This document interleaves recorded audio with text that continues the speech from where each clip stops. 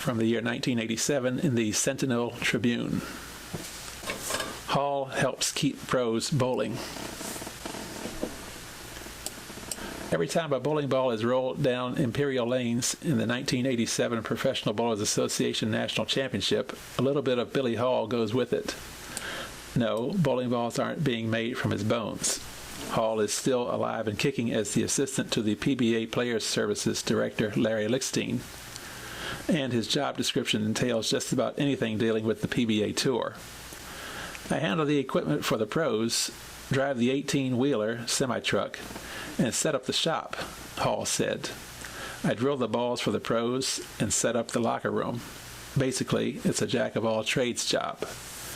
Most important to the bowlers is his skill for drilling bowling balls. Billy Hall has so much experience and has drilled so many balls for the best players in the world, said Marshall Holman, a 13-year veteran of the PBA currently leading the Toledo Trust. His credibility is unquestionable. Lichstein takes Hall's reputation a step further. I think he's the best in the world at what he's doing, Lichstein said. He's become invaluable. It's more than just drilling bowling balls. Billy has to keep up on the bowlers and on lane conditions so we can make sure the bowlers are getting top service. From listening to people talk, you would think Hall has been around quite a while. However, the seasoned veteran is just 27 years old. The native of Las Vegas began hanging around bowling alleys in his early teens and started helping unload the truck for the Showboat Invitational in his hometown when he was 13. When I was 16, I started working in the pro shop at the Showboat Bowling Center, he said. When I was 21, I asked Larry for a job and started working here. I took a year off and got married and divorced and have been doing it for the past 4 years. Hall estimates that more than 80 of the traveling professionals come to him for bowling balls every week, including Holman, Mark Roth, and Perrysburg's Don Gianalo. For the most part, he has earned the respect of many of the tour bowlers. Most of the veterans trust my judgment, Hall said. There are a few veterans who don't, and there are even some young bowlers who don't. I just have to gain their confidence. As much of a technician he is, Hall said the quality of bowling ball can only improve a pro so much.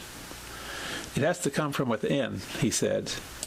You can give them the right ball for the lane conditions, and it can be drilled to perfection. But that can only enhance them so much.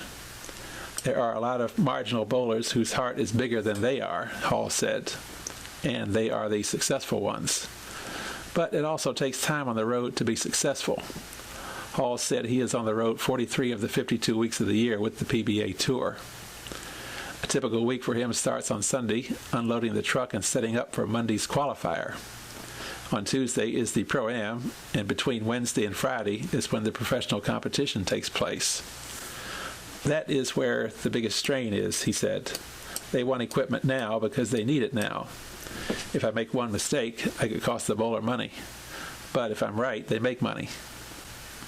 Once 1 week of the tour is done, he packs up and heads for the next stop.